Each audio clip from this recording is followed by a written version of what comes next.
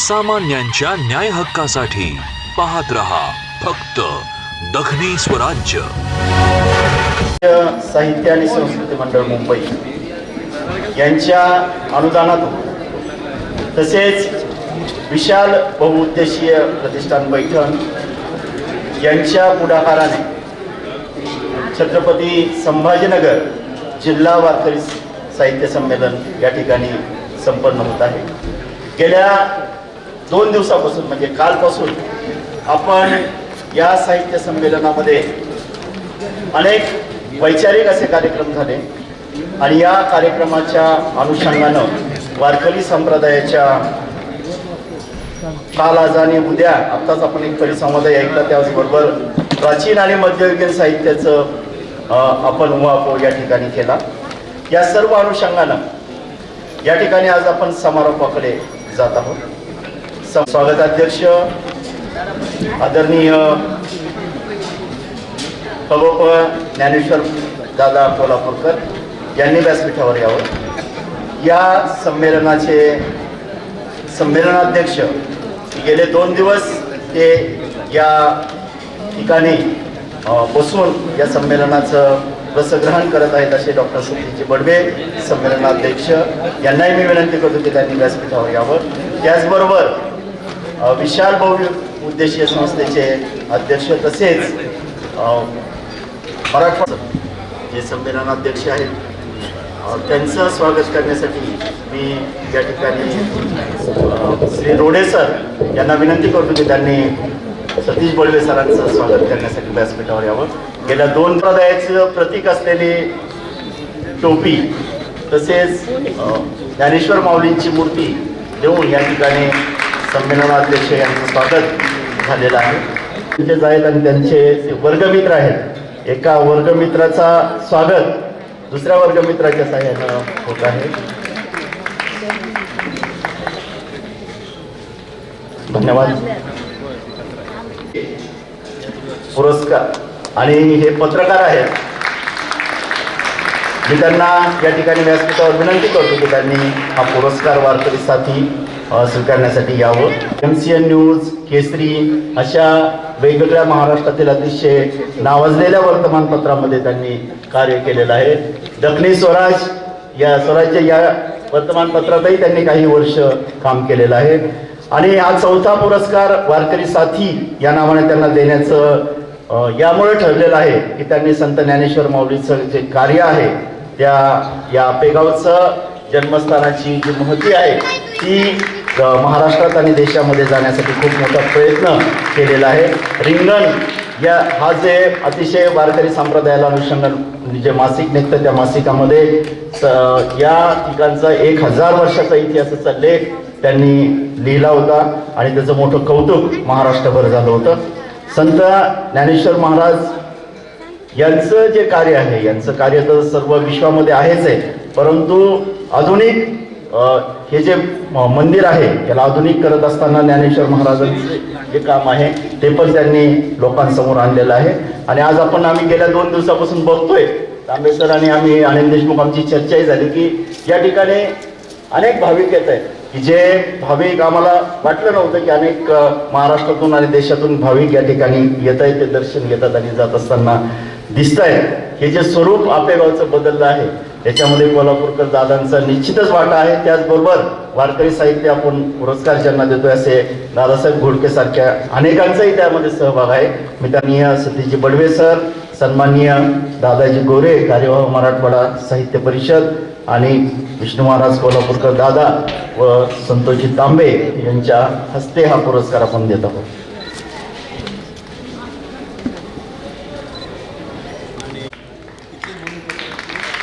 आणि आणखी एक कौतुकाची गोष्ट आहे की ते आपेगावचे भूमिपुत्र आहेत आणि संत ज्ञानेश्वर महाराजांविषयी ते सातत्यानं काही मांडणी करत असतात, बोलत असतात.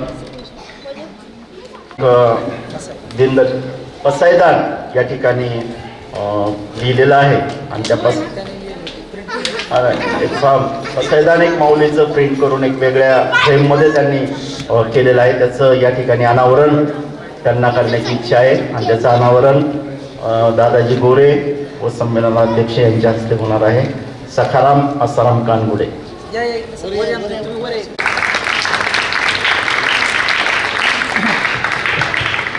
राहिले तर त्याचबरोबर त्यांनी अनेकांशी संपर्क करून या ठिकाणी आपण या गावामध्ये प्रवेश करत असताना अतिशय सुंदर अशी जी कमान बघतो, ती कमान असेल, या ठिकाणी भिंतीवरचे म्युरल्स असतील, हा सुंदरसा घाट असेल आणि या सर्व जे काही कामं आहेत अतिशय दर्जेदार होण्यासाठी ते स्वतः वरून हे सगळं काम करत असतात.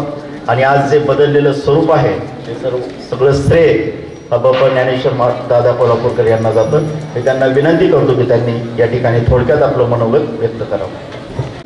ज्ञानराज माऊलींच्या या जन्मभूमीत चाललेला हा 2 दिवसाचा छत्रपती संभाजीनगर वारकरी साहित्य संमेलनाचा आजचा हा समारोपाचा दिवस अत्यंतिक आनंद वाटतं. मी जास्ती काय बोलणार नाही, पण एक थोडासा परामर्श घेत असताना गेले 2 दिवसाचा ज्या चाललेला ह्या वारकरी संप्रदायाच्या तत्वानुसार हा साहित्य संमेलनाचे अध्यक्ष आमचे बडवे सर अनेक महत्त्वाची आणि अतिशय उच्च दर्जाचे विचार त्यांच्या अंतःकरणात आहेत आणि ते विचार विवेकाच्या स्वरूपातून त्या साहित्य लेखणीतून जगासमोर मांडणारी महान व्यक्ती या 2 दिवसाच्या या साहित्य संमेलनाला आपेगावला या जन्मभूमीत आले. त्याबद्दल मी सर्वांचं मनपूर्वक अंतकरणातून मी यांना त्यांचं स्वागत करतो, मी धन्यवाद देतो. पण हे सगळं ज्यांनी एकत्रित जमवलं, कारण एकट्याचा नव्हे खेळ म्हणून मेळ जमविला. या संतोक्तीप्रमाणे अगदी तांबे सरांचा आमचे खूप नितांत मैत्रीपूर्ण संबंध आहे आणि कोणतीही व्यक्ती आपेगावात काहीतरी कार्यक्रम करायचा आणि तो आध्यात्मिक असावा, माऊलीला धरून असावा आणि माऊलीच्या जन्मभूमीचा प्रचार प्रसार करणारा असावा असं बोलल्यानंतर मी एका सेकंदात सगळं तयार करतो. तुम्ही काहीच करू नका, सगळं तुमच्यासाठी आहे, हे सगळं मोफत आहे, आईचं द्वार आहे. मला रात्री एकाने विचारलं, मंदिर सर परवा विचारलं मंदिर 10ला बंद होतं का? आमचं जगातलं एकमेव मंदिर असं की रात्रंदिवस खुलं असतं, कारण आईच्या दरबारात जायला जर बंधन घालतलं तर तिला आई संबोधलं जात नाही. त्यामुळे आपलं मंदिर सतत खुलं असतं. सांगायचा उद्देश इतकं सुंदर कार्यक्रमाचं नियोजन तांबे सरांच्या आणि त्यांच्या टीमने केलं. आणि आता गव्हाणे सरांनी 1-2 शब्द माझ्याबद्दल बोलत असताना मला तर असं म्हणतं सर की मी कृष्णाची जी मुलं जन्माला आली होती किंवा कृष्णाचं जे नातं गोतं होतं त्याच्यापेक्षा मी भाग्यवान आहे. कारण कृष्णाला शेवट जाताना सगळ्यांना संपवावं लागलं आणि मग स्वतःला संपवून घेतलं. पण मी एका महान संतांच्या पोटी जन्माला आलो, गुरुवर विष्णू महाराज कोल्हापूरकरांच्या, आणि सगळ्या संतांनी ज्यांचं अंतःकरणपूर्वक मुख भरून वर्णन केलं अशा ज्ञानोबारांच्या जन्मभूमीची सेवा या ध्येयाला लाभली, त्याच्यापेक्षा मला वाटतं महत्भाग्याचं कोणच नसेल. आणि म्हणून मी माझं कर्तव्य आहे, मी माझी सेवा आहे आणि या देहात जोपर्यंत आत्मा आहे तोपर्यंत ह्या जन्मभूमीची सेवा अखंड तत्वानं करत राहणारच आहे. हे मी तुमच्या त्या शब्दाला उद्देशून सांगतो.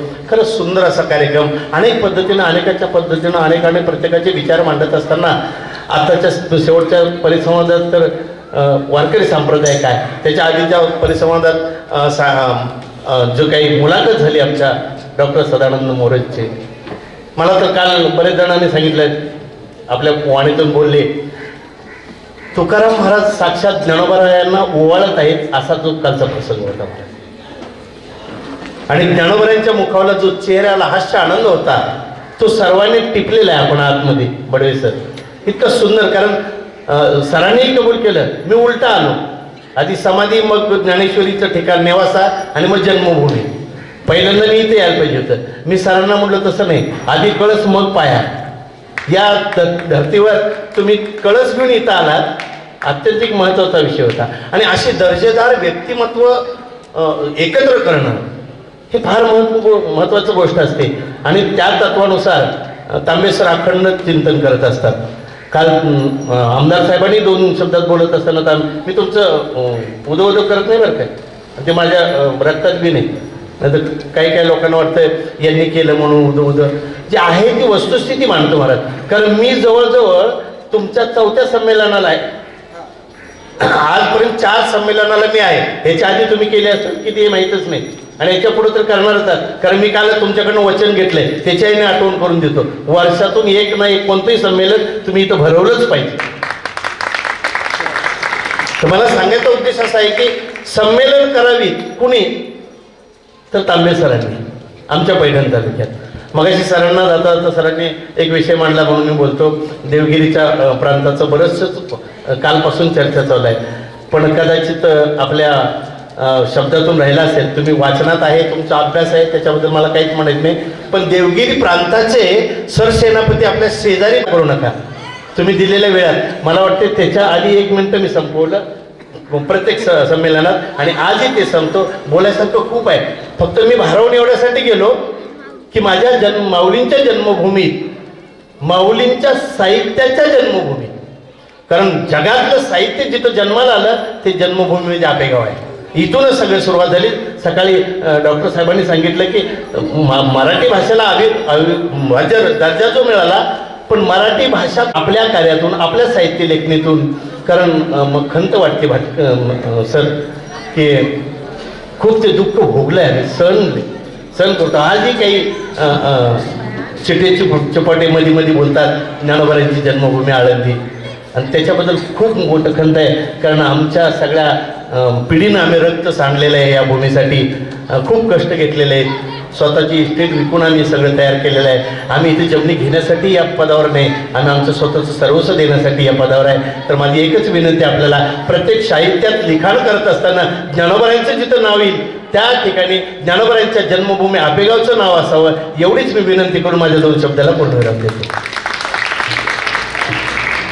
साहित्य आणि संस्कृती मंडळाचे सदस्य सन्माननीय डॉक्टर जयू भाटकर यांचं ते या ठिकाणी आपलं मनोगत या संयोजनाच्या आयोजनाच्या संदर्भात भूमिका 2 मिनिटांमध्ये मांडणार आहेत. मी त्यांना विनंती करतो की त्यांनी व्यासपीठावर यावं.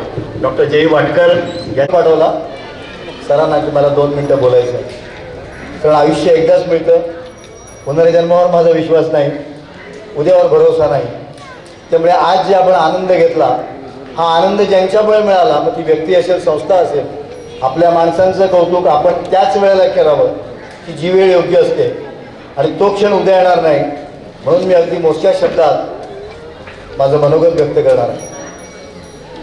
दूरदर्शनची नोकरी करत असताना अखिल भारतीय मराठी साहित्य संमेलनं अनेक पाहिली, अनेक साहित्य संमेलनाचं चित्रीकरण केलं, अनेक साहित्यिक महोत्सव पाहिले, प्रादेशिक साहित्य संस्थांचे संमेलनं पाहिली. पण गेले 2 दिवस आपेगावमध्ये हे संमेलन प्राध्यापक संतोष तांबे आणि त्यांच्या विशाल बहुउद्देशीय प्रतिष्ठाननं ज्या पद्धतीनं, ज्या मेहनतीनं, कारण मोठ्या शहरात मुंबई असेल, पुणे असेल सर, अशी संमेलनं घेणं सगळ्या सुखसोयी असतात, मनुष्यबळ असतं, आर्थिक बळ असतं. पण महाराष्ट्र शासनाच्या सांस्कृतिक मंडळानं दिलेलं जे अनुदान आहे, ते अनुदानसुद्धा आनंद मानून त्याच्या स्वतःच्या संस्थेचे पैसे घालून ते करणं हे मोठं जिकरीचं काम आहे. आणि अत्यंत स्मरणीय असं संमेलन सर तुम्ही 2 दिवस या ठिकाणी आयोजित केलं. मला वाटतं आम्हाला काय आनंद मिळाला याच्यापेक्षा तुमच्या शाळेतली जी शालेय विद्यार्थी या ठिकाणी होते, तरुण पिढी होते, भविष्यात मी कालही माझ्या भाषणात म्हटलं, मित्रांनो, मला पुन्हा साहित्य संमेलनाला बोलवण्यासाठी मी तुमची खुशमस्करी करत नाही आहे. तुम्ही जे केलं हा तुमचा अधिकार आहे, तुमच्या संस्थेचा आहे, तुमच्या कार्यकर्त्याचा आहे. इथला आनंद घेऊन मी जाणार आहे. जय हिंद, जय महाराष्ट्र आणि जय विशाल बहुउद्देशीय प्रतिष्ठान पैठण. नमस्कार. मी काय देणार, तसं सुदाम्याचे पोहे महत्त्वाचे असतात. महाराष्ट्र राज्य साहित्य संस्कृती मंडळानं प्रकाशित केलेलं आहे आणि इथल्या काउंटरवरनं हे मी विकत घेतलं आहे. माझ्या मित्राला मी छोटीशी भेट देतो आणि CD देशमुखांसारखं असा नावलौकिक या प्राध्यापक संतोष तांबेंचा व्हावा अशी इच्छा व्यक्त करतो. जय हिंद, जय महाराष्ट्र.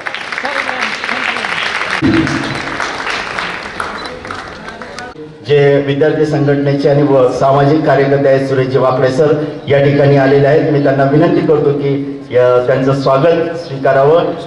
लक्ष्मणजी चौरे हे त्यांचं स्वागत करतील. सुरेशजी वाकडे अनेक वर्षापूर्वी कांताबापू आवटे यांचं बी नाव या ठिकाणी घ्यावं लागेल की ते थोडक्यात आपण समारोप भाषण करावं.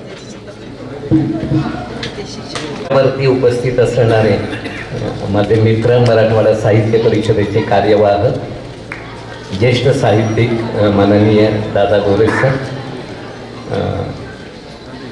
त्यानंतर इथं उपस्थित असणारे या संमेलनाचे असणारे स्वागताध्यक्ष आदरणीय दादा, साहित्य संस्कृती मंडळाचे भाटकर साहेब जे सूत्रसंचालन करत आहेत ते गव्हाणे सर, आणि ज्यांनी हा डोलारा खरं म्हणलं तर मोठ्या प्रमाणावरती उभा केला, तो अतिशय समर्थपणाने सांभाळला आणि आपल्या सगळ्यांच्यासाठी म्हणून एक आदर्श निर्माण केला, असे असणारे आमचे नव्याने झालेले मित्र प्राध्यापक संतोष तांबे सर, आणि त्या सभागृहामध्ये उपस्थित असणारे आपण सगळेच भक्त आणि भाविक, रसिकही अनेक जण आहेत, साहित्यिकही अनेक जण आहेत. 2 दिवसाच्या या संमेलनामध्ये वेगवेगळ्या विषयांवरती काही सत्र आयोजित करण्यात आलेली होती. एक कवी संमेलनसुद्धा काल पार पडलं. या सगळ्यांमधनं संमेलनाला एक वेगळं रूप देण्याचा प्रयत्न केला, पण या संमेलनाचं सगळ्यात महत्त्वाचं असणारं जर सूत्र कोणतं होतं तर ते म्हणजे वारकरी साहित्य. दुसरं सूत्र नव्हतं या संमेलनामध्ये, आणि वारकरी साहित्य या दृष्टिकोनातूनच वेगवेगळ्या पद्धतीच्या चर्चांचं आयोजन करण्यात आलेलं होतं. आत्ता दादांनी एक खंत अशी व्यक्त केली की वाद होतात बुवा, म्हणजे ज्ञानदेवांची जन्मभूमी कोणती, ती आपेगाव का आळंदी, अशा पद्धतीचा वाद हा महाराष्ट्रामध्ये प्रसिद्ध आहे. पण आपण जर समजा इथून थोडं पुढे जर समजा इथे गेलं तर इथे एक पश्यंती प्रकाशन नावाच्या प्रकाशनाचा स्टॉल लागलेला आहे, आणि या स्टॉलवरती आपल्याला असं लक्षामध्ये येईल की प्राध्यापक कृष्णा गुरव यांनी हे सिद्ध करण्याचा देखील प्रयत्न केलेला आहे, आणि त्यांनी ते सिद्ध करून दाखवलेलं आहे. त्याच्या पाठीमागे एक संशोधनाची भूमिका उभी आहे. असे अनेक जण आहेत, असं मानण्याची पद्धत आहे. खरं म्हटलं तर ज्ञानदेव माऊलींच्या संदर्भात बोलायचं असतं त्यावेळेला 4 ठिकाणांची नावं डोळ्यासमोर येतात. पहिलं ठिकाण आहे आपेगाव, जी त्यांची असणारी जन्मभूमी आहे. दुसरं ठिकाण आहे पैठण, जी त्यांची परीक्षा भूमी आहे. त्यांना शुद्धीपत्रासाठी म्हणून परीक्षा द्यावी लागलेली होती. त्याच्यानंतरचं ठिकाण आहे ते म्हणजे नेवासे. नेवासे ही त्यांची लेखनभूमी आहे, खऱ्या अर्थानं कर्मभूमी आहे ती त्यांची. आणि त्याच्यानंतर येते आळंदी, जी त्यांची असणारी समाधीभूमी आहे. ही 4 ठिकाणं जरी समजा आपण पाहिजे तर या 4 ठिकाणांमध्ये आपल्याला ज्ञानदेव जे आहेत ते ज्ञानदेव वेगवेगळ्या पद्धतीने गेलेले दिसतात. पण आपेगावचं सगळ्यात मोठं वैशिष्ट्य असं आहे की वारकरी पंथाच्या पाठीमागे उभा असणारा जो नाथ संप्रदायाचा वारसा आहे तो इथला आहे. आणि हा जो नाथ संप्रदायाचा वारसा आहे म्हणजे वारकरी साहित्यामध्ये आपल्याला हे प्रतिबिंब दिसेल सर्वसमावेशकतेचं. त्याचं कारण काय आहे तर एका बाजूने नाथ संप्रदायाचा वारसा सुद्धा वारकरी संप्रदायाबरोबर आहे. त्याच्याबरोबर नाथांचं उदाहरण घेतलं तर दत्त संप्रदायाचा वारसा सुद्धा आपल्याकडे या वारकरी संप्रदायाला आलेला आहे. आणि शेख महम्मद बाबांचं जर समजा उदाहरण आपण घेतलं तर आपल्याला असं लक्षामध्ये येईल की सुफी संप्रदायाचा असणारा जो वारसा आहे तो सुद्धा याच्यामध्ये सामावलेला आहे. यामुळे हे संपूर्ण साहित्य हे सर्व समावेशक अशा पद्धतीचं झालेलं आहे. जे काही सर तुम्ही जे म्हणत होतात ना त्याचं असणारं खरं म्हटलं तर हे वेगळ्या पद्धतीचं उत्तर आहे की ही जी सर्वसमावेशकता आहे ती जर समजा आपण लक्षात घेतली नाही तर मग आपल्याला त्याच्यामध्ये अंतर दिसेल. म्हणजे शेख महम्मद बाबांच्या संदर्भामध्ये जर समजा बोलायचं ठरलं तर आपल्याला असं लक्षामध्ये येईल की त्यांच्या लेखनामध्ये असणारी एक ओळ अशी आहे, शेख महम्मद अविंध त्याचे हृदयी गोविंद. आता शेख महम्मदांसारखा माणूस ज्या वेळेला एक यवन असणारा माणूस ज्या वेळेला असं म्हणतो की त्याचे हृदयी गोविंद, तर याचाच अर्थ असा की सर्वसामान्य असणारा जो माणूस आहे तो माणूस तो कोणत्याही जातीचा असो, तो कोणत्याही धर्माचा असो, त्याच्या संदर्भामध्ये वारकरी संप्रदायाने जे काही पाहिलेलं आहे वेगवेगळ्या लोकांना जे सामावून घेतलेलं आहे ते जर समजा लक्षात घेतलं तर वारकरी संप्रदायाची महती आपल्याला लक्षामध्ये येते. आणखीन एका गोष्टीचा उल्लेख फक्त मी करतो तो म्हणजे असा आहे की जसं संतांच्या साहित्याच्या निमित्ताने आपण अभ्यास करत असतो तसं संतांच्या कार्याचा किती मोठ्या प्रमाणावरती आपण विचार करतो हा प्रश्न आहे. खरं म्हटलं तर संतांनी वेगवेगळ्या पद्धतीने कार्य उभं केलेलं आहे. म्हणजे साधं सरळ जर समजा सांगायचं ठरलं तर नामदेवांचं उदाहरण घ्या. नामदेवांच्या घरामध्ये जनाबाई नावाची एक संत कवयित्री जी आहे, जी मोलकरीण आहे खरं म्हटलं तर, ती त्यांच्या घरामध्ये काम करत होती. आता हे काही साधं होतं का? त्या कालखंडामध्ये जनाबाई सारखी एक शूद्र समाजातली स्त्री, तिला आपल्या घरामध्ये ठेवणं ही गोष्ट अजिबात साधी नव्हती, पण नामदेवांनी ते करून दाखवलेलं आहे. पण जनाबाईचे अभंग जर समजा आपण पाहिजे तर आपल्याला असं लक्षामध्ये येईल की जनाबाईंनी स्वतः असं म्हणून ठेवलेलं आहे की तुम्ही हे सगळं जरी समजा केलं असले तरी देखील तिची ओळ अशी आहे खरं म्हटलं तर की नीच म्हणवली बाहेरी, मला बाहेर ठेवलेलं आहे तुम्ही का? तर मी नीच आहे म्हणून. शूद्राती शूद्र असणाऱ्या समाजाच्या ज्या कोणत्या व्यथा होत्या त्या व्यथा जाणून घेऊन नामदेवांनी पुन्हा त्यांच्या संदर्भात काही म्हटलेलं नाहीये. तिने स्वतःने मात्र म्हणजे जनाबाई सारख्या संत कवयित्रीने मात्र असं म्हटलेलं आहे की मी नामयाची दासी आहे, नामयाचे ठेवणे जनीस लादले, असं सुद्धा म्हटलं गेलेलं आहे. वारकरी संतांच्या शब्दांमधून ज्या ज्या कोणत्या भावना व्यक्त झाल्या त्याच्यामध्ये आत्मीयता आहे खरं म्हटलं तर, पण या शब्दावरून सुद्धा संशोधकांनी वाद घातलेले आहेत. इतकंच नाही तर आपल्याला असं लक्षामध्ये येईल की नामदेवांचं जर उदाहरण द्यायचं ठरलं तर एकटे नामदेव नसून 7 नामदेव आहेत अशा पद्धतीचा, तोतया नामदेव सुद्धा आहे अशा पद्धतीचा वाद सुद्धा त्याच्यामध्ये आलेला आहे असं आपल्याला म्हणता येऊ शकेल. ज्या वेळेला आपण संत साहित्याचा विचार करतो तसं त्यांच्या कार्याचा विचार केला पाहिजे. नामदेवांच्या बाबतीत सांगायचं ठरलं तर नामदेवांनी कुसू अंगावरती कोसळल्यानंतर चोखोबांची ती म्हणजे त्यांनी ग्रामीण अर्थव्यवस्थेशी नातं जोडलं. याचा पुरस्कार कोणी केलेला आहे म्हणजे हे मी माझ्या मनाचं सांगत नाहीये. भालचंद्र नेमाडे नावाचे ज्यांना ज्ञानपीठ पारितोषिक मिळालेलं आहे त्या भालचंद्र नेमाडेंनी त्याचा उल्लेख केलेला आहे. तुम्ही वारकऱ्यांकडे जर समजा तुम्ही पाहिलं तर आपल्याला असं लक्षामध्ये वारकऱ्यांची राहणी अतिशय साधी असते. आता पहा ना, या संमेलनामध्ये प्रत्येकाच्या डोक्यावरती टोपी देण्यात आलेली आहे. हा या परंपरेतून आलेला भाग आहे. काय असतं वारकऱ्यांच्या डोक्यावरती टोपी असते. वारकऱ्यांचा पोशाख अतिशय साधा असतो. वारकरी ज्या वेळेला एकमेकांना भेटतात ते उराउरी भेटतात, एकमेकांच्या पाया पडतात. आणि याच वारकऱ्यांच्या बाबतीत आपल्याला असं लक्षामध्ये येईल की ज्या वेळेला वारकरी टाळ वाजवत असतात ते टाळ कशाचे असतात तर ते काशाचे असतात. टाळ कासा नावाचा जो धातू आहे त्या धातूचे ते टाळ आहेत, म्हणजे तो हलका धातू आहे. गळ्यामध्ये जर समजा माळ घालायची असेल तर ती तुळशीची माळ घातली जाते, गळ्यामध्ये सोन्याची माळ घालायची नसते. वारी करायची असते, चारोधाम यात्रा तुम्ही ज्या वेळेला करतात त्यावेळेला गाडीने जातात, बसने जातात, विमानाने जातात. इथं मात्र वारी करायची असते आणि ती वारी करत असताना सुद्धा ती पायी करायची असते. याच्या पाठीमागे ग्रामीण अर्थव्यवस्थेचा असणारा विचार आहे आणि तो विचार जर समजा आपण लक्षामध्ये घेतला तर आपल्याला खऱ्या अर्थानं वारकरी साहित्याचं असणारं जे मूल्य आहे ते मूल्य निश्चितपणाने लक्षामध्ये येऊ शकेल. ज्ञानदेवांच्या जन्मभूमीपासून सुरू झालेला हा प्रवास आहे. वारकरी साहित्याची ही जी मुहूर्तमेढ इथं रोवली गेली, तिथं हे संमेलन व्हावं, ते तांबे सरांनी आयोजित करावं. त्याच्यामध्ये वेगवेगळ्या पद्धतीने अनेक अभ्यासकांनी सामील व्हावं, ही अत्यंत महत्त्वाची असणारी घटना होती. आपण सगळेजण त्याच्यामध्ये सामील झालात. खरं म्हटलं तर तांबे सरांच्या पाठीशी आपण उभं राहण्याचा प्रयत्न केला. ती त्यांची धडपड आहे, ते धडपड करत राहतील.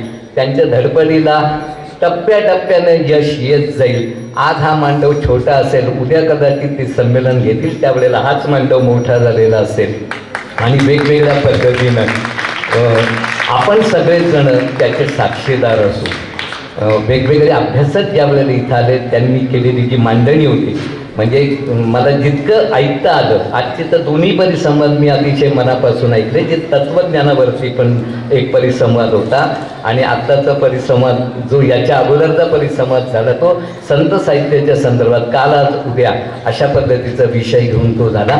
त्याच्यामध्ये अभ्यासकांनी केलेली जी मांडणी होती ती अत्यंत मोलाची होती, पण त्याच्या संदर्भामध्ये बोलण्या इतपत वेळ आता सध्या या क्षणाला माझ्याकडे नाही आहे. म्हणून आपल्या सगळ्यांना विशेषतः इथे असणारे जेवढे भाविक भक्त वारकरी गावकरी जेवढे कोणी आहेत ते आणि त्यांचे प्रतिनिधी म्हणून दादा आपल्या सगळ्यांना मी मनापासून धन्यवाद देतो. तांबे सरांनाही अतिशय मनापासून धन्यवाद देतो आणि आमचे मित्र दादा गोरे सर यांच्यासाठी ही जागा मी रिकामी करतो. धन्यवाद. जय हरी माऊली.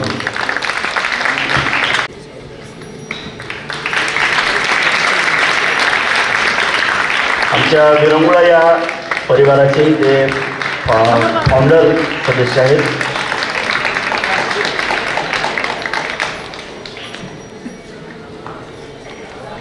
संयोजकाची मी माफी मागतो, कारण मी बगर बुलाया मेहमान आहे. परंतु या आमच्या दादांनी ज्ञानेश्वर दादाने माझ्या माऊलीच्या गावी, दादाने सांगितलं माझ्या माऊलीच्या गावी, माझ्या जन्मभूमीच्या गावी असे कार्यक्रम सतत होत राहतो आणि हा मान तांबे सरांना मिळाला. तांबे सरांच्या बाबतीत मी सांगेन, मी सभापती होतो तिथं त्यांच्या शाळेमध्ये मला एका माझ्या नातेवाईकाच्या मुलाला म्हणायचं, पण मी परवानगी न घेता शाळेत गेलो. तांबे सर म्हणले तुम्ही तिथं वापस जा, तुम्ही कोण आहात मला त्याची घेणं नाही, पण माझ्या शाळेची शिस्त काय ही तुम्हाला मी सांगतो. मी वापस गेलो, मी चिठ्ठी पाठवली तांबे सरांना, सर मला आपल्याला भेटायचं माझ्या नात्याकडे, आणि मग सांगितलं त्यांनी की या भेटा. दुसरं, परंतु आमच्या दादाने जे आमच्या दैवत माऊलीचे अध्यक्ष आहेत त्यांनी सांगितलं माझ्या माऊलीच्या ठिकाणी असे कार्यक्रम तुम्ही वारंवार घेत जावं. या ठिकाणी मी दादांची परवानगी घेऊन समस्त आपेगावकरांतर्फे प्राध्यापक संतोष तांबे यांचं मी आभार मानतो. संमेलनाचे या संमेलनाच्या पाठीमागे उभे असणारे समर्थपणे ज्ञानेश्वर माऊली, या संमेलनाचे अध्यक्ष आमचे मित्र संत साहित्याचे अभ्यासक डॉक्टर सतीश बडवे, स्वागत अध्यक्ष श्री ज्ञानेश्वर कोल्हापूरकर, व्यासपीठावर उपस्थित असणारे ज्यांची आपण आता नुकतीच पुन्हा सर्वांनी त्यांचा उल्लेख केला ते आमचे मित्र प्राध्यापक संतोष तांबे, ज्यांनी सूत्रसंचालन केलं ते आमचे मित्र संतोष गव्हाणे, जयू भाटकर,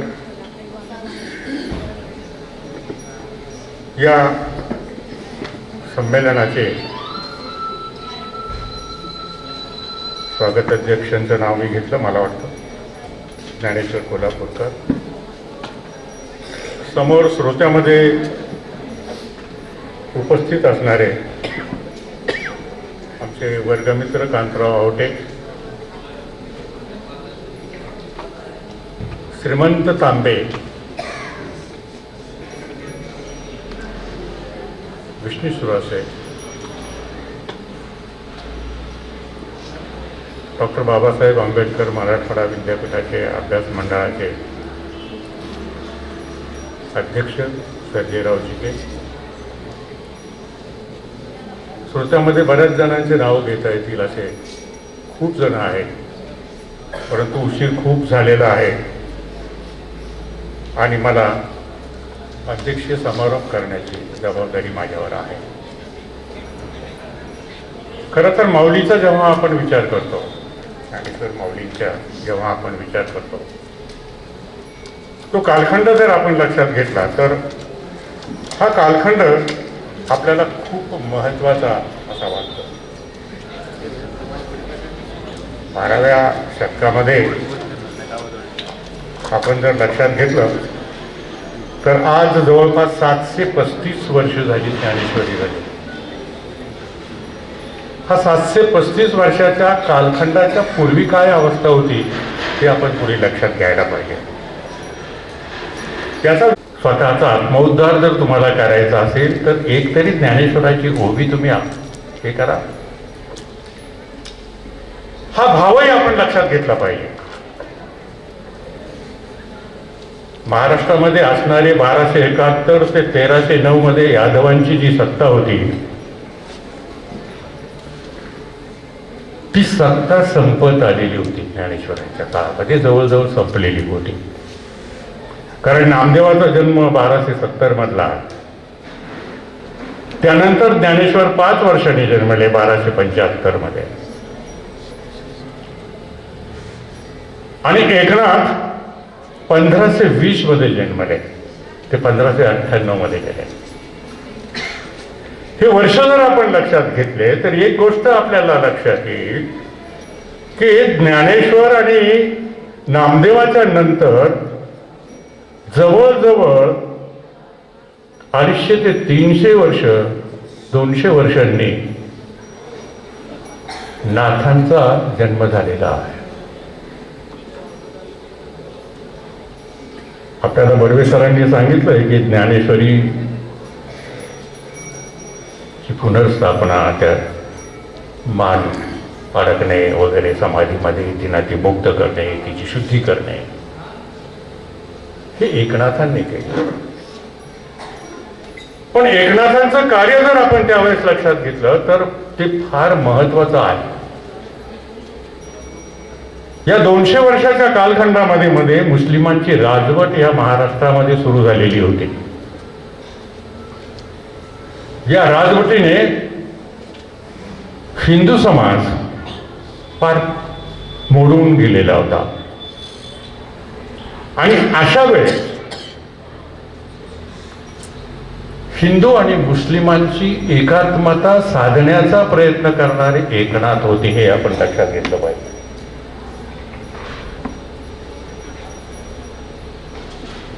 पैठणला असणारा मौलाना आझाद जो मोठा दर्गा आहे, तो दर्गा जर आपण आज लक्षात घेतला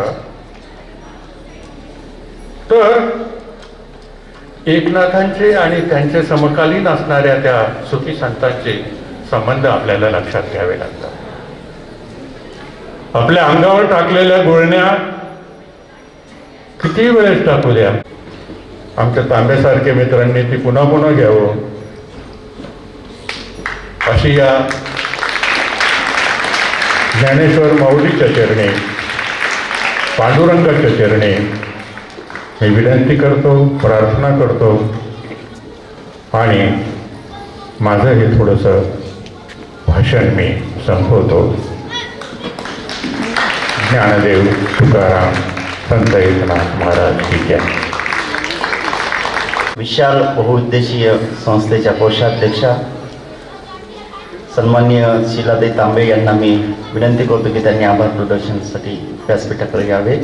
तत्पूर्वी काल झालेल्या भजन स्पर्धेचं या ठिकाणी बक्षीस वितरण होणार आहे. कालच्या स्पर्धेचा निकाल संतोष तांबे सर या ठिकाणी सांगतील.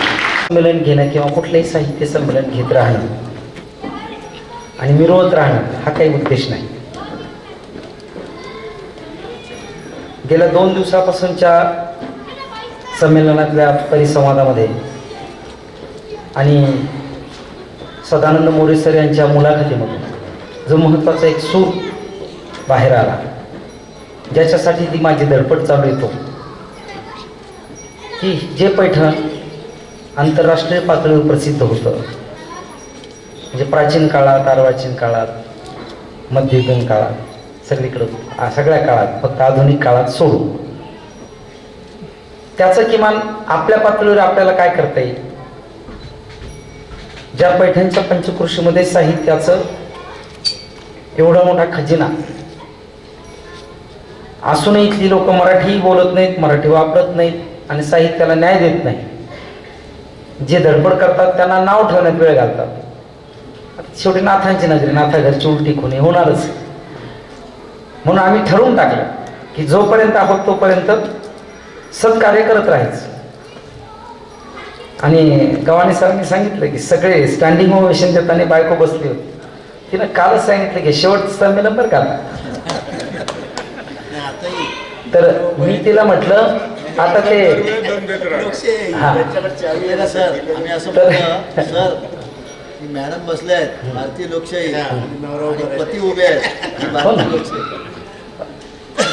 आणि प्राचीन आहे. त्यानंतर बोलणार आहे तुमच्या नाही त्या फक्त आभारच करते त्या सत्वशील आहेत म्हणून तर आम्ही ठेवले. तर या वारकरी साहित्य संमेलनामध्ये काहीतरी असे महत्वाचे काम झाले पाहिजेत. परिसंवादातून चर्चा मंथन झाल्यानंतर हे मंथन पुढे पाझरत राहिले पाहिजे. यासाठी काहीतरी कल्पना आम्ही सातत्याने लावत राहतो. आम्ही बालकुमार साहित्य संमेलन घेतलं त्यावेळेस मुलांचंच कवी संमेलन घेतलं आणि आपल्या तालुक्यातल्या अनेक मुलांनी इतकं सुंदर कवी संमेलन केलं की गोरे सर साक्षीला आहेत, ठाले सर स्वतः म्हटले की आपल्या मोठ्याला कवीपेक्षा छोट्यांचं कवी संमेलन चांगलं झालं.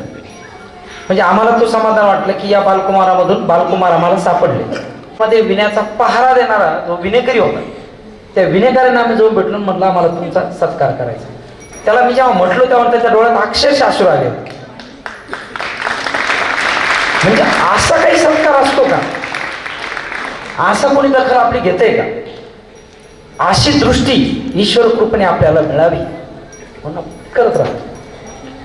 या भजनी मंडळामध्ये 4 संघ आहेत ज्यांचे पहिले दुसरे तिसरे चौथे नंबर आले. मी त्यांचे नाव असतं त्यांना विनंती की त्यांनी मंचावर यायचे.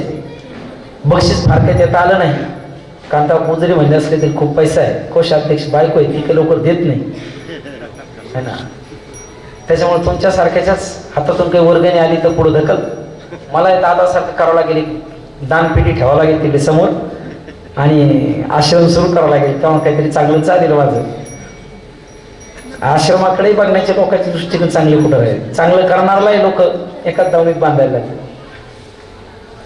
यामध्ये प्रथम बक्षीस ज्या संघाला मिळालेलं आहे सरस्वती भजनी मंडळ दहेगाव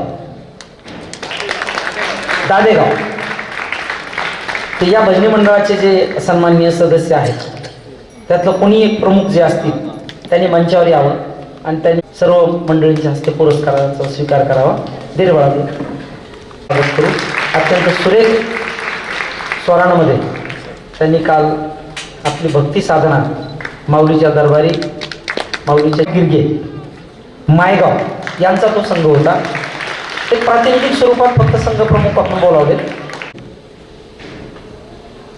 इथे शासनाचे प्रतिनिधी आणि साहित्य संस्कृती मंडळाचे अधिकृत प्रतिनिधी आहेत.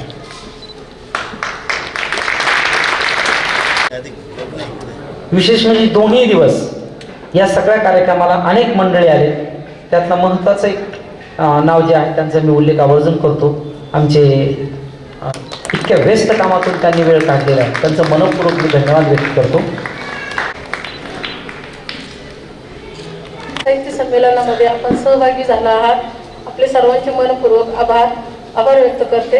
संमेलन अध्यक्ष प्रसिद्ध समीक्षक आणि संत साहित्यिक अभ्यासक आदरणीय डॉक्टर सतीश बडवे सर, संत समारोप सत्राचे सन्माननीय अध्यक्ष मराठवाडा साहित्य परिषदेचे सर्व कार्यवाहक डॉक्टर दादा गोरे, 2 दिवस संमेलनाचा धुरा सांभाळणारे संमेलन अध्यक्ष गुरुवारी ज्ञानेश्वर दादा कोल्हापूरकर, विशाल बहुउद्देशीय संस्थेचे अध्यक्ष संतोषजी तांबे साहेब, महाराष्ट्र राज्य साहित्यिक आणि सांस्कृतिक मंडळाचे सदस्य जवळ भाटकर व सर्व शाळेय मुख्याध्यापक, विद्यार्थी स्वागत मंडळातील सर्व सदस्य, पत्रकार बांधव आणि सहभागी सर्व साहित्यिक मंडळाचे मी मनपूर्वक आभार व्यक्त करते आणि अध्यक्षपदाच्या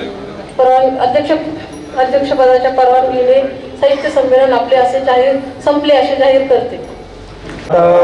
विश्वात्मके देवी तोषावे तोषोनी मजजावे पसारा नाही जे फळांची व्यंकटेशानो कया सत्कर्मी रती वाढो भूता परस्परी पडो मैत्र जीवांचे दुर्विनाके स्थिमिर जावो विश्वस्वधर्म सूर्य पावो अनवर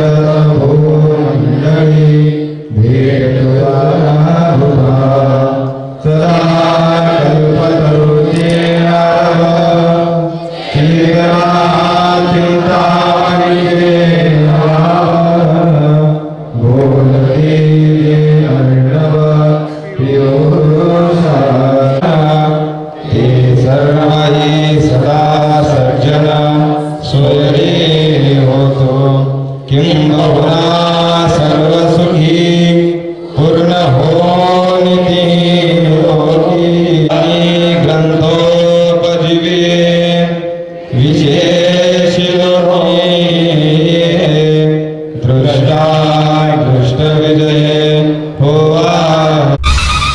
सामान्यांच्या न्याय हक्कासाठी पाहत रहा फक्त दखनी स्वराज्य.